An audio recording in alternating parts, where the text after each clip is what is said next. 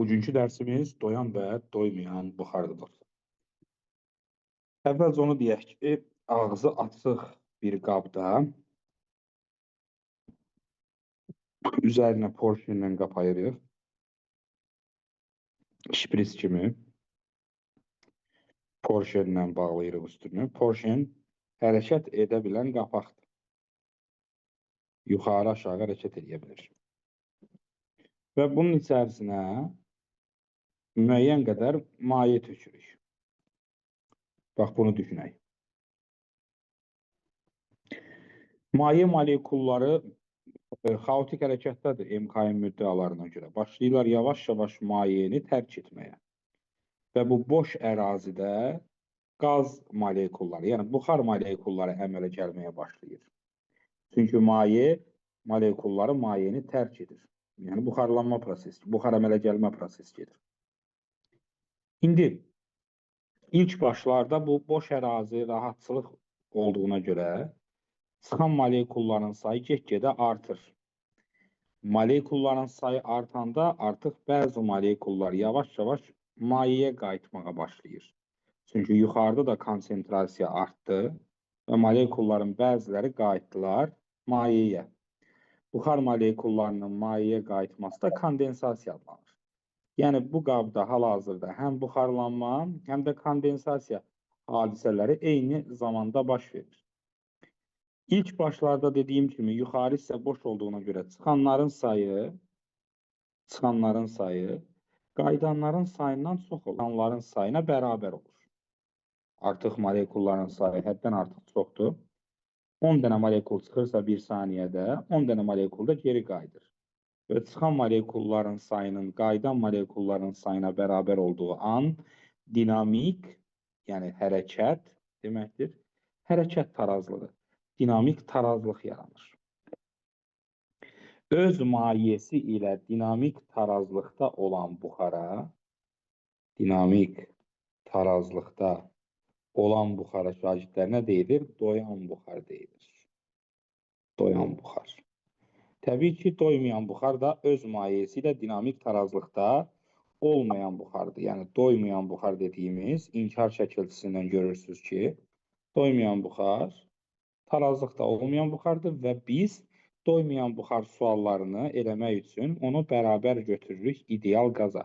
Düşünün ki, yalnız qaz var və bu qaz kifayət qədər seyrəkdir və biz onu ideal qaza bərabər götürürük. Bu nə deməkdir? Yəni doymayan buxarla bağlı sual düşəndə siz onu çevirirsiniz öz beyninizdə ideal qaza və MK'nin bütün o qanunları var idi. Mendeleyev, Klapeyronlar, PV böltü, konsentrasiya, sıxlıq, bütün o öyrəndiyiniz ideal qaz qanunlarını tətbiq edə bilirsiniz. Amma söhbət doyan buxardan gedirsə, onu yadda saxlayırsınız ki, doyan buxar ideal qaz qanunlarına şagirdlər tabe olmur. Doyan buxarın hansı proseslərinə baxırıq şagirdlər? Doyan buxar üçün təbii ki, ideal qaz qanunları ödənmirsə, biz onun üçün başqa bir qanuna uyğunluq tapmalıyıq doyan buxar üçün. Doyan buxarda nə var? İki dənə proses var. Bir, izotermik proses. İzotermik prosesdə temperatur hamımız bilirik ki, dəyişmir. Və şagirdlər yadınızda saxlayırsınız. İzotermik prosesdə doyan buxarın, dostlar, temperaturu sabitdir və təzyiq, konsentrasiya və sıxlıq hər üçü sabitdir. Yəni, həcm dəyişəndə bu üç dənə kəmiyyət, dostlar, dəyişmir. Deməli, nə oldu? Cümləmi təkrarlayıram. İzotermik prosesdə, yəni temperatur sabit olanda, konsentrasiya, təzyiq, sıxlıq həcmdən asılı olmur. Bunu şagirdlərin rahat yadında saxlaması üçün həmişə belə deyirəm. Uşaqlar, doyan-doymayan mövzusu biraz həqiqətən çox insana çətin görünür. Onu asan eləmək sənin öz əllərindədir. Nəyi yadda saxlayırsan? Bir ailə var. Napor. Napor sözündən yadda saxlayacaq. Bu Napor ailəsinin başçısı temperaturdur. Bax, bunu bura çərçivəyə alıram. Doyan buxar mövzusunu aranızdan kim varsa ki, mən... Dərsə qoşulmaq istəyən var. Bəli. Deməli dostlar, harda qalmışdıq? Aha. Deməli dedim ki, doyan buxarı aranızdan varsa ki, mən qəşəng öyrənmək istəyirəm, hamıdan tez öyrənmək istəyirəm deyən varsa, bax bu çərçivəni yadda saxlasın. Doyan buxarı bir balaca çərçivə ilə ifadə etməyə çalışdıq. Napor temperatur. Deyəcəklər ki, nədir napor temperatur? Deyəcəksən ki, N konsentrasiya, P təzyiq, R sıxlıq. Bax, bu üç dənə kəmiyyət temperaturun ağzına baxırlar. Bu ailənin başçısı temperaturdur. Əgər temperatur dəyişməsə, napor dəyişmir. Bu sizin əvvəl öyrəndiyiniz qaydalara həqiqətən də tərsdir. Bayaq nə dedim? Doyan buxarda ideal qaz qanunları ödənmir dedim. Çünki sən əgər ideal qaz qanunu ödənsəydi, konsentrasiyanın düsturu konsentrasiya həcmdən tərs olmalı idi. Ona görə də uşaqlar unuduruq burada ideal qaz qanunlarını və bu çərçivəni xatırlayırıq. Napor temperaturun ağzına baxır. Əgər temperatur dəyişməsə, napor dəyişmir. İkinci sual.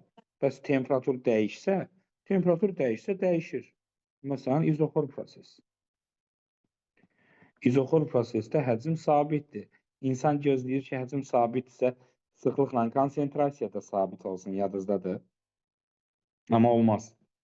Deməli, izoxor prosesdə napor, yenə kimin ağzına baxır sizə? Ailənin başçısı kimdir? Temperaturdur. Napor temperatura görə dəyişir. Temperatur dəyişəndə napor kəskin dəyişir. Gör nə tər ailə başçısıdır. Ailə üzvləri o başçını çox sevirlər. Bax, belə yadda saxla. Niyə? Çünki temperatur dəyişməyəndə heç biri dəyişmirlər. Düşün ki, ata evdə çölə çıxmır, heç kim çölə çıxmır. Ata çölə çıxanda amma qaça-qaça çıxır. Görürsünüz, temperatur dəyişəndə kəskin dəyişir. Bu belə yadda saxlayırsınız. Yəni